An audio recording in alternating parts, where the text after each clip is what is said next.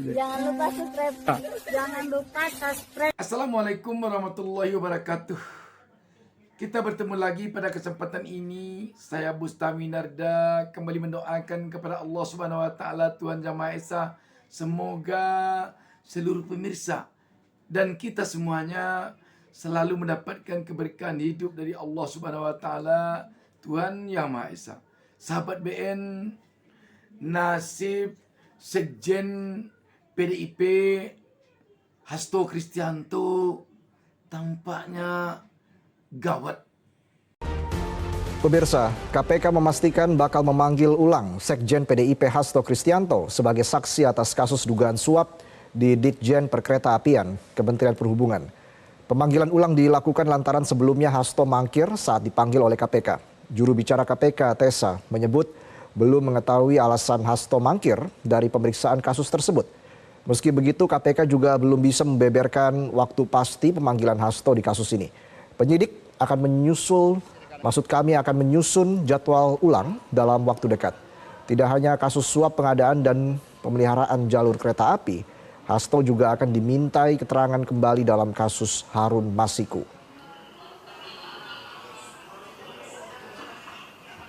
Dua perkara yang berbeda, tentunya tidak saling berkaitan satu sama lain, walaupun subjeknya sama. Jadi kenapa Satgas yang satu tidak melanjutkan kembali pemanggilan saksi HK dan dipanggil di perkara yang berbeda, tentunya ada pertimbangan sendiri, sebagaimana yang sudah sering saya sampaikan, bahwa penyidik memiliki rencana penyidikan tersendiri. Bayangkan, dua kasus sekaligus diangkat oleh KPK, menyeret nama Hasto Kristianto, kasus Harun Masiku, kasus pengadaan dan pemeliharaan jalur kereta api di Ditjen Perkeretaapian Kementerian Perhubungan. Dua-duanya tampaknya cukup serius menghadang Hasto Kristianto. Walaupun Hasto Kristianto dalam kasus ini masih berstatus sebagai saksi, tetapi ini cukup berbahaya kalau kita lihat terhadap Hasto Kristianto. Kasus Harun Masiku sampai sekarang sudah barang tentu masih tetap menghantui Hasto Kristianto. Kenapa tidak? Waktu dia memenuhi panggilan KPK baru lalu, handphone dia, buku yang ada dalam tasnya disita oleh KPK. Bahkan tidak itu saja, handphone ajudannya pun disita oleh KPK. Benar-benar ini membuat Hasto dan PDIP tampak sepertinya melihat proses pemanggilan Hasto kala itu tidak saja lagi terkesan sebagai pemanggilan dalam koridor hukum, tetapi sudah melebar. Setidaknya itu tentu menurut sebagian orang. Sekarang bukan itu saja lagi, sahabat BN.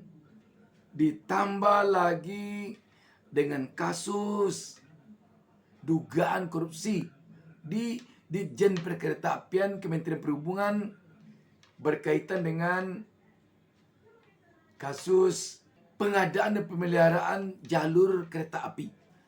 Terhadap kasus ini KPK telah memanggil Hasto, tetapi Hasto belum memenuhi panggilan itu.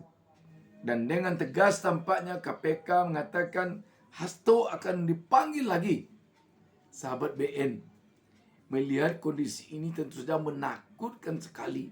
Kendati pun KPK tentu selalu mengatakan kasus yang menyeret Hasto ini tidak ada kaitannya dengan politik, Namun, selaku Hasto adalah orang politik atau sebagai seorang politisi, yang sekarang ini partainya PDIP berada di luar kekuasaan, jelas ini publik maupun PDIP sendiri tidak akan menerima begitu saja jika KPK mengatakan ini tidak ada kaitannya dengan politik.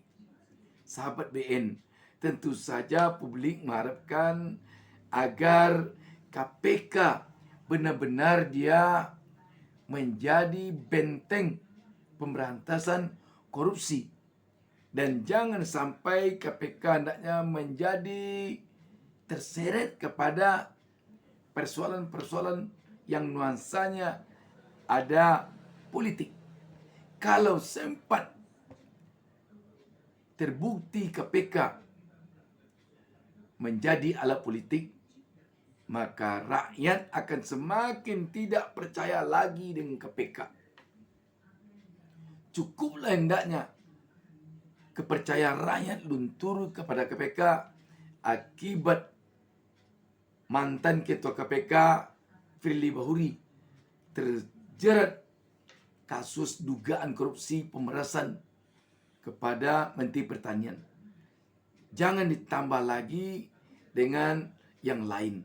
Dan tentunya tidak dapat kita menutup mata tentang isu-isu yang berkembang sebelum-sebelum ini bahwa KPK terkesan menjadi alat kekuasaan.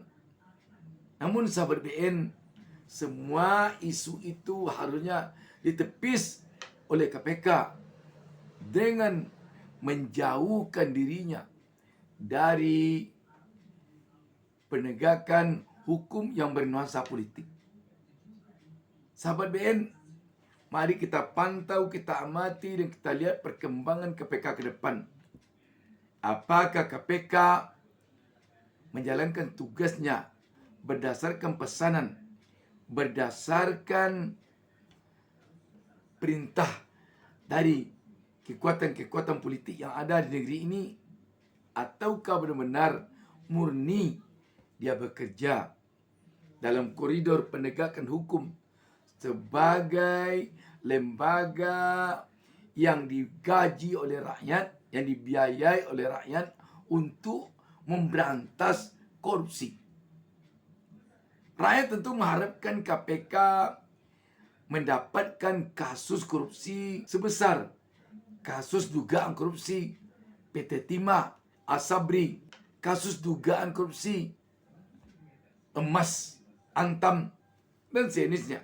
Artinya, di dalam pemberantasan korupsi, KPK harus berada di garda terdepan. Jangan sampai kejaksaan yang berada di garda terdepan, di belakangnya baru KPK. Itu saja. Wassalamualaikum warahmatullahi wabarakatuh.